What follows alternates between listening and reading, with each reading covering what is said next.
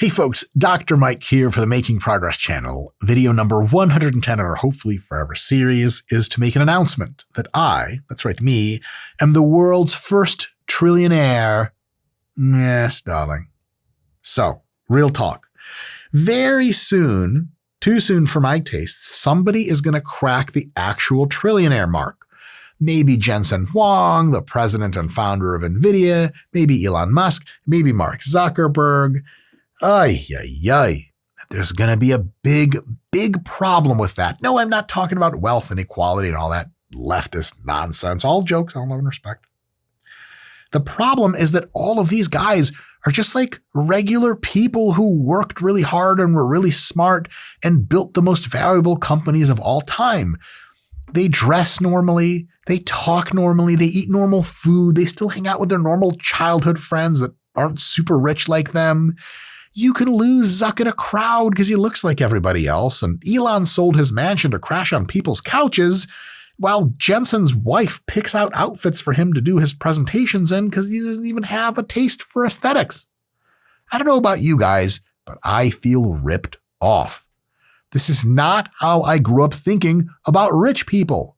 Absolutely not. Scott, does Mark Zuckerberg in a polo shirt really tickle your rich guy fancy? No. What is it, like a regular guy? What is this, still college? He does flex on the watches, though, which you wouldn't pick up on. But you got to know things. Yeah. And if you have to know things, it's not ostentatious enough for my taste. Gotcha. Yeah. In my world, you see, people act rich. Sure, some might say that wealth is literally just how much value you own, but that's bullshit. Wealth, in my view, and not so humble view at that, because humility is for the poor, is how much ostentatious rich guy shit you do so that everyone can be beyond fully aware of how absolutely drowning in money that you are. My cause of death on my birth certificate better be drowned in money. Otherwise, I have failed as a true trillionaire. For example, on a much lower scope, are folks like Dan Bilzerian. He had hoes with him in private planes. They were shooting at drones with ARs. Doesn't have an actual job that makes anything as far as I can tell. My man, that's the spirit. But if Dan Bilzerian is a human-sized floating ghost of rich guy energy, I personally aspire to be the fucking Ghostbusters Marshmallow Man version of it. Mega rich guy energy. So I present to you my alter ego, a trillionaire man. Yes, I am the world's first trillionaire. And when you see an article in 2028 that Mark Zuckerberg or Elon Musk are the world's first trillionaires, you will know that this is a lie. And please talk about me being the world's first trillionaire so we get the SEO results so that Google thinks I'm the world's first trillionaire. Why? Because I am. Maybe not in actual money, of which I have not remotely close to $1 trillion, but in style. What style, you ask? To that, we go to the history books to ask ourselves the question of, when did conspicuous, ostentatious wealth peak? Sure shit, not today. Look around at Zuck and Elon ducking the actual wealth bullshit. No. To me, wealth peaked somewhere between the Gilded Age, 1890s, to the beginning of the Second World War, like roughly 1939. Somewhere between there, rich people really flexed to a degree that was neither productive nor financially responsible, but productive and financially responsible. Scott, doesn't that just make you feel poor thinking about shit like that? What? How much money do you not have if you have to worry about being financially responsible? That's exactly the problem.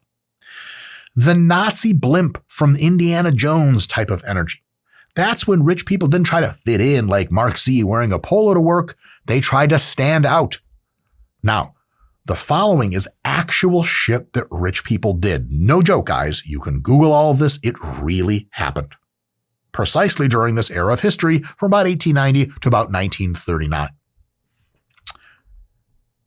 The Vanderbilts had a summer cottage in Newport called the Breakers. Why not? It had, Scott, you ready for this? 70 rooms. Scott, a house with 7 rooms is a big house. A house with 70 rooms is like an event center or something. Yeah. There are hotels that don't have 70 rooms. And the dining room ceiling was made entirely of imported French marble at the time when cross-Atlantic journeys were still perilous, by the way. They used this house, the Vanderbilts, ready, for 3 weeks out of the year. Fucking mic drop. Holy shit. You must be loaded if you're that ostentatious. Here's another example from the category of banquets and balls. Now, Scott, I'm going to read this to you. Even the name is wealthy. At the ball held in 1897 of a Mrs. Stuyvesant Fish. My word. Stuyvesant. Oh, darling.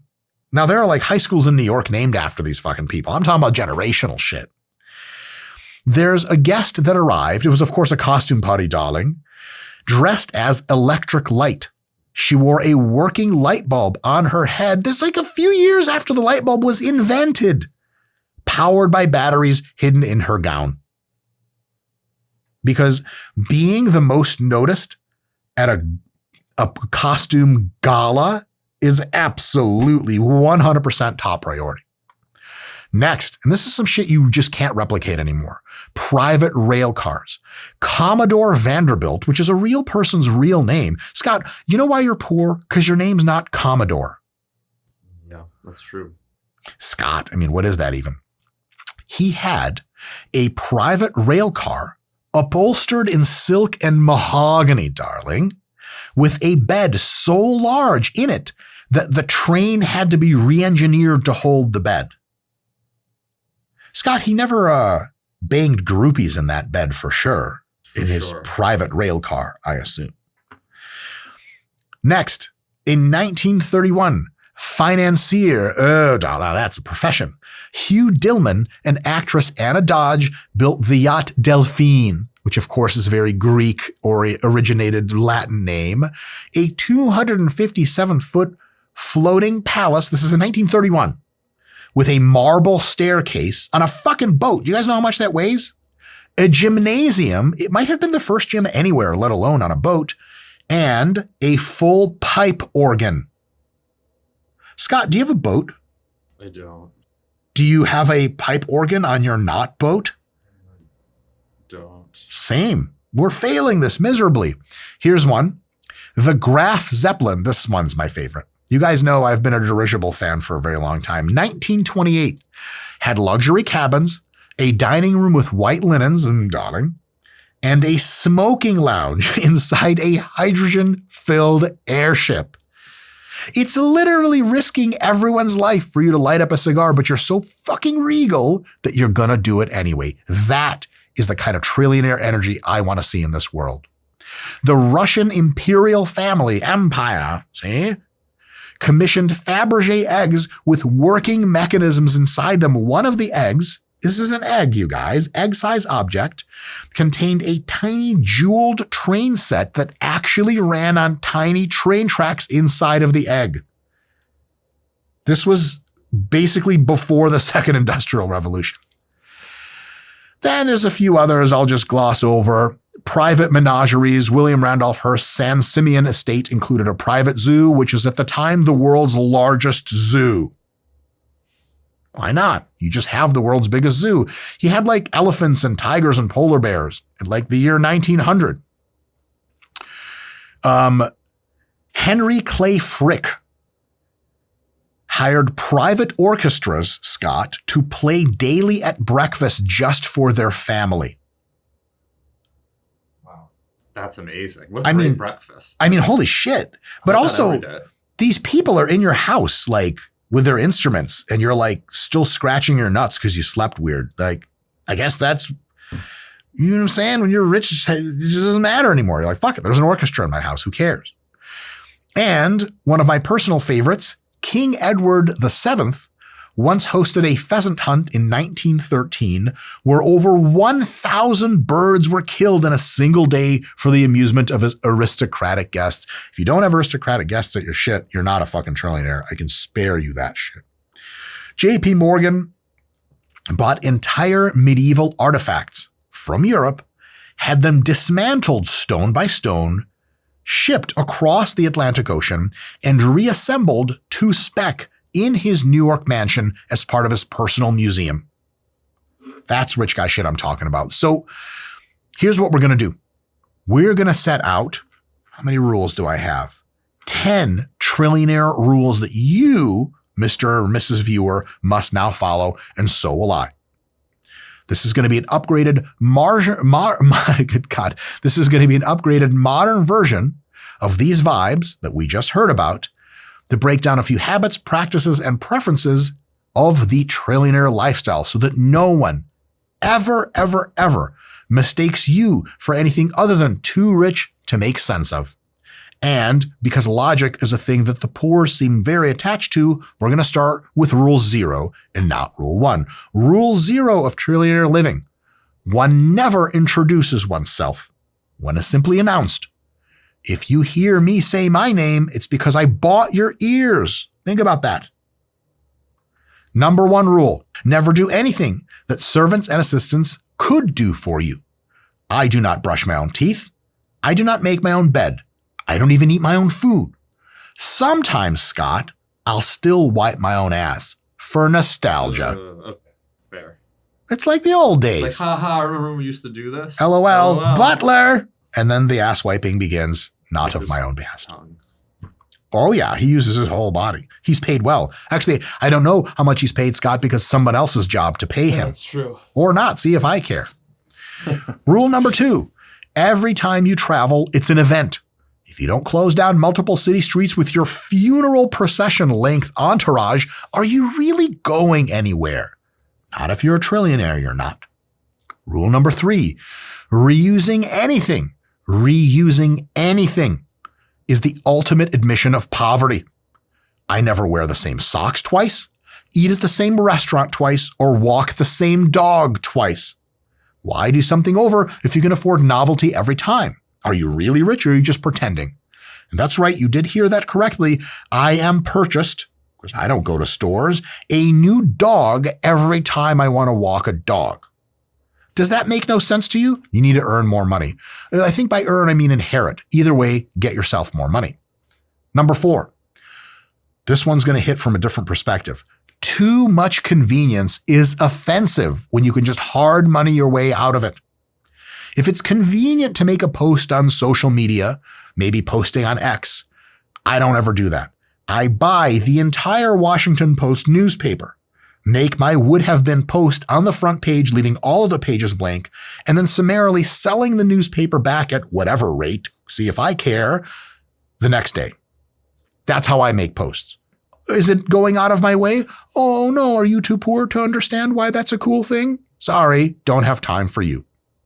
Number 5, speaking of time, rushing is what the poors do as they're so time constrained. Darling, I never rush. It messes with my hair too much. Yes. If I can't get to the event you invited me to on time via my 30-mile-an-hour maximum dirigible, I'm not going to make it. But it's okay, I got you one better. I'll get there late, and I'm going to redo your event with actors hired that do your job you did at the event, but they look better than you, and they hit their lines cleaner than you did. And I would send you an invite, but money's so tight these days, darling, you understand. Scott, you ever see movies about some historical event? You're like, this was great. And then at the end, they do the thing where like the real people's faces and who was like their actor. Mm-hmm. And like almost always you're like, man, that person's actually way uglier in real life. Yes. He doesn't look like Matt Damon at all.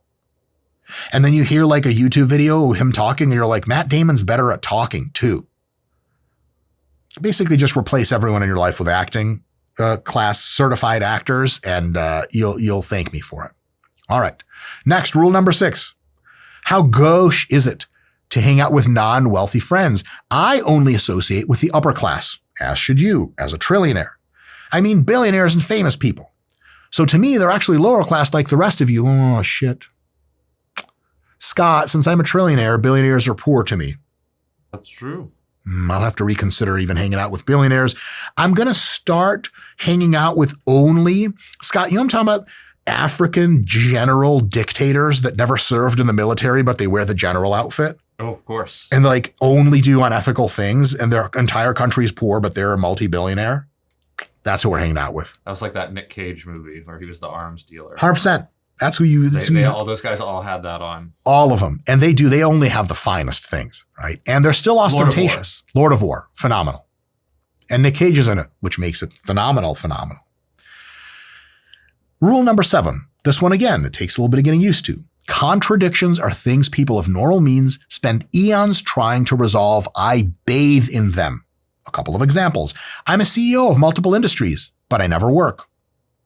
I lost my virginity to a literal genetic clone of Cleopatra, which was a gift my uranium tycoon father gave to me upon my turning 18. But I've also never had sex under my own power. Too much work. I'm the wealthiest man of all time, yet I reside in the metropolitan Detroit area for some reason. Confused, oh, to be poor and befuddled, the antiquity of it. Number 8. Every space must be redundant. A mere home is for the destitute. I require a primary mansion, a spare mansion, and just in case, a mansion in waiting. Just in case my mood shifts mid-brunch, I'll go to the other homes, plural. Redundancy, darling, is the champagne of architecture. Number 9, second to last rule.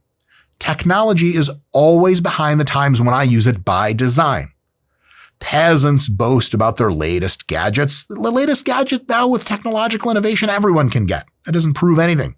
Scott, when's the last time you were impressed by someone being rich because they had the latest iPhone? Never. That just tells me you have a day job. Yeah. I insist on rotary phones. I have steam-powered blenders in my home. Think about that. And I don't ever talk to AI because my butlers are trained to recite Wikipedia from memory. Progress is so vulgar, darling. Regression is chic. When you've had too much progress, you get sick of the shit. Number 10, last rule. Philanthropy is a performance art.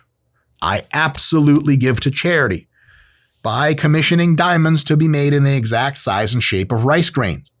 And then I fly my blimp over poverty-stricken areas and spread rice. Now, if the people can't tell that you can't actually eat that rice and it's now valueless to them, at least they can enjoy the entertainment of art and beauty, marveling at diamonds as character building, which, Scott, you teach a man to fish kind of logic, right? Like, do you want rice grains or do you want inspiration by looking at a dirigible, which is raining literal diamonds down at you at probably a high velocity? I'll take Scott's silence as a testament to my extreme wealth. Guys, there's much more to this trillionaire lifestyle than this. Interesting one-off video. Is Mike funny or is he desperate? Who knows? Maybe I'm too rich for both. Please list your own gaudy excesses in the comments and tell your servants that their headspaces can be made better by using the Waking Up app by Sam Harris. I'm just kidding. One never, ever, ever speaks candidly with the help of my word. Anyway, I'll see you guys next time, and I'll see you as fellow trillionaires. Peace.